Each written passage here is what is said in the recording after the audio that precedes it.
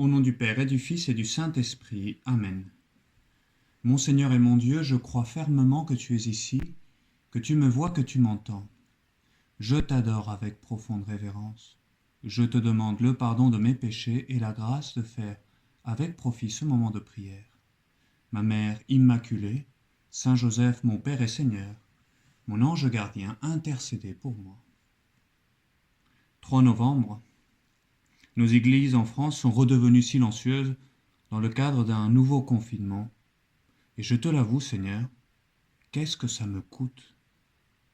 Le Conseil d'État avait pourtant affirmé solennellement en mai dernier que la liberté de culte avait une prééminence particulière par rapport aux autres libertés fondamentales, et que, même si la protection de la population pouvait justifier certaines mesures, elle devait être proportionnée, c'est ce qu'ils avaient dit, ce qui n'est pas le cas dans une interdiction totale. Alors Seigneur, voilà, je suis énervé, je suis fâché, je suis triste aussi pour tous mes frères et sœurs qui ne pourront pas te recevoir pendant ces 4 semaines de confinement. Je te le dis, Seigneur, parce que tu m'aides, avec ta grâce, à concilier le respect de l'autorité légitime, difficile, l'obéissance à nos évêques, le désir de vivre auprès de toi, Seigneur. Aide-moi par ta grâce. Et c'est pour cela, Seigneur, que pour moi c'est une source de joie aujourd'hui de découvrir ta parole de l'Évangile. Cet Évangile que je n'écouterai pas à la messe, mais que je médite à présent. C'est une parabole bien connue et que j'ai entendue tellement de fois, mais qui aujourd'hui m'a frappé d'une manière particulière. C'est la parabole des noces. Un homme donnait un grand dîner et il avait invité beaucoup de monde. À l'heure du dîner, il envoya son serviteur dire aux invités « Venez, tout est prêt ». Mais ils se mirent tous unanimement à s'excuser. Pour un motif ou pour un autre, ils disent non au Seigneur. Qui parce qu'il a acheté un champ et doit aller le voir, un autre parce qu'il a acheté 5 paires de bœufs et il doit aller les essayer. Vous voyez, les excuses sont diverses et variées, peut-être même un peu contre sa volonté, comme celui qui dit qu'il est marié et qu'il ne peut pas y aller. Nous, Seigneur, ce sont ces normes sanitaires qui nous interdisent de nous rendre à ce banquet eucharistique que tu as préparé pour nous. Pauvres gens du gouvernement ne savent pas ce que c'est qu'un sacrement, au fond. Ce n'est pas un spectacle qu'on peut regarder à la télé. Le nom le dit bien, c'est un banquet eucharistique.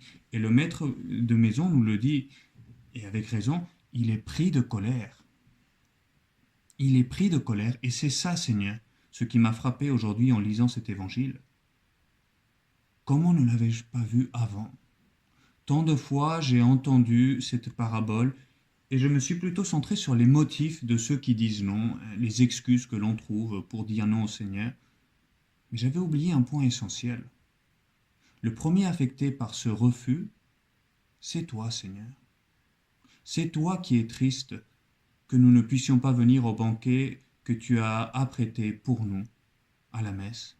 C'est toi, Seigneur, qui aujourd'hui a besoin d'être consolé, qui nous demande cette consolation, parce qu'effectivement nos églises se taisent à partir d'aujourd'hui pendant plusieurs semaines.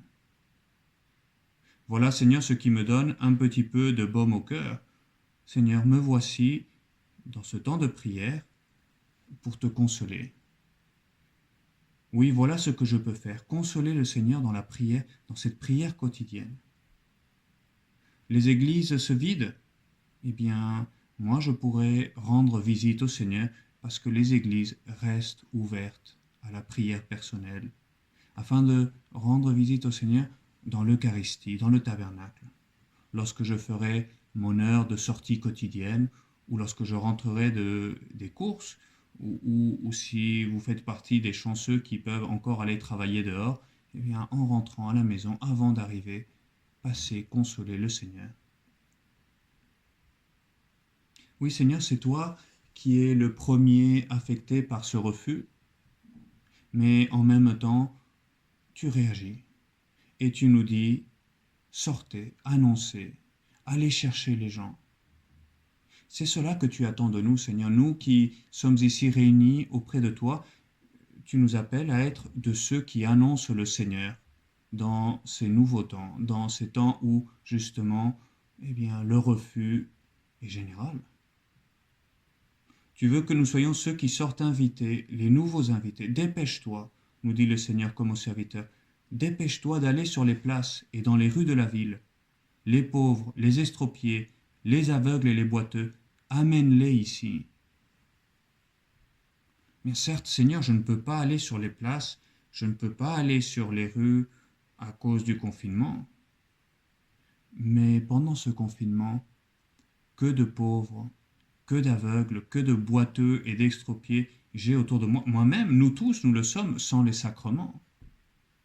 J'ai autour de moi ma famille, j'ai mes amis, j'ai mes proches, j'ai mes camarades, toutes ces personnes que je vais fréquenter non plus simplement dans la rue ou sur les lieux d'études pour les étudiants, mais je vais pouvoir les fréquenter à travers la prière, à travers ma présence pour ceux qui sont tout proches, à travers les réseaux sociaux.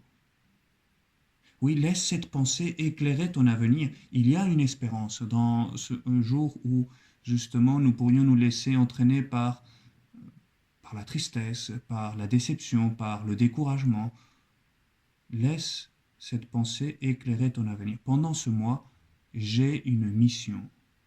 Le Seigneur me confie une mission. Oui, Seigneur, que lorsque les messes reprendront début décembre, mi-décembre ou à l'arrivée de Noël, je ne sais pas, mais lorsque les messes reprendront, parce qu'elles reprendront ces messes dans nos églises, dans la maison de Dieu, que nos maisons, que nos temples, que nos églises soient de nouveau remplis. Que nous soyons, Seigneur, tous de nouveau là, plus nombreux encore, pour fêter notre Seigneur dans ce banquet eucharistique. Oui, Seigneur, je le sais, nous nous retrouverons. Nous nous retrouverons avec ma paroisse, avec mon groupe de prière, avec ma famille, avec mes parents, avec mes amis, avec mes collègues. Nous nous retrouverons auprès de toi. Alors, Seigneur, dehors la tristesse, et puis me voici, Seigneur. Puisque j'ai une mission, je veux vivre ce temps auprès de toi. Je veux accompagner mes amis. Je veux endosser ce rôle que tu as pour moi d'accompagner mes proches. Sortir à la croisée des chemins, annoncer le Christ par ces temps nouveaux. Et ce sera comment ? Par ma présence, lorsque c'est possible, à la maison et avec les personnes avec qui je vis ce confinement, mais aussi dans ces nouveaux carrefours du monde digital que sont les nouveaux moyens de communication. Et ce sera pour moi le fait de donner du temps aux autres, par ma présence, c'est du présentiel, mais par des coups de fil quotidiens. Je vais pouvoir accompagner mes amis, être une force de proposition, inviter à la communion de la prière. Voilà ce que tu veux pour nous, Seigneur. Voilà la meilleure manière de te consoler, Seigneur, toi qui dois être tellement déçu de voir que toutes les âmes tant d'âmes sont abandonnées à elles-mêmes. Alors, Seigneur, si cet audio m'a aidé, je peux le renvoyer à certains de mes amis et ça va pouvoir les aider à eux aussi continuer ce combat et à se dire oui, nous nous retrouverons, oui, le Seigneur continue de nous accompagner. Et nous serons alors plus nombreux à sortir comme ces bons serviteurs, chercher des invités pour les noces, chercher des invités pour ce banquet eucharistique du Seigneur. Confiance, oui, Seigneur, parce que nous nous retrouverons, et la salle du banquet, nous dis-tu dans cette parabole, l'Église se remplira de nouveau. Confiance, parce que à situation extraordinaire, grâce extraordinaire pour cette mission si belle. Je ne pourrai pas te recevoir, Seigneur, dans le Saint-Sacrement, je m'appuierai sur ces autres canaux de la grâce que tu nous donnes, Seigneur, parce que tu n'es pas limité par ces canaux sacramentaux, c'est le moyen ordinaire, mais à situation extraordinaire, grâce extraordinaire. Et ces canaux, ce sera mes 10 minutes de prière, ici avec ces audios, ou avec ton évangile, la lecture de ton évangile, les communions spirituelles. Oui, qu'est-ce que c'est important d'être fidèle à ces moments de prière, parce que de notre fidélité dépend la fidélité de tant de personnes autour de nous.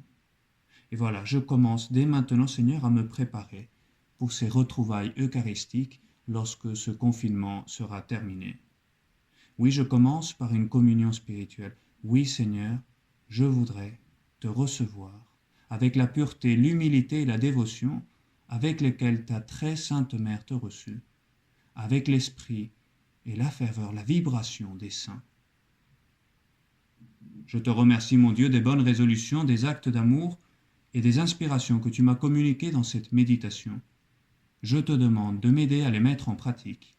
Ma Mère Immaculée, Saint Joseph, mon Père et Seigneur, mon ange gardien, intercédez pour moi.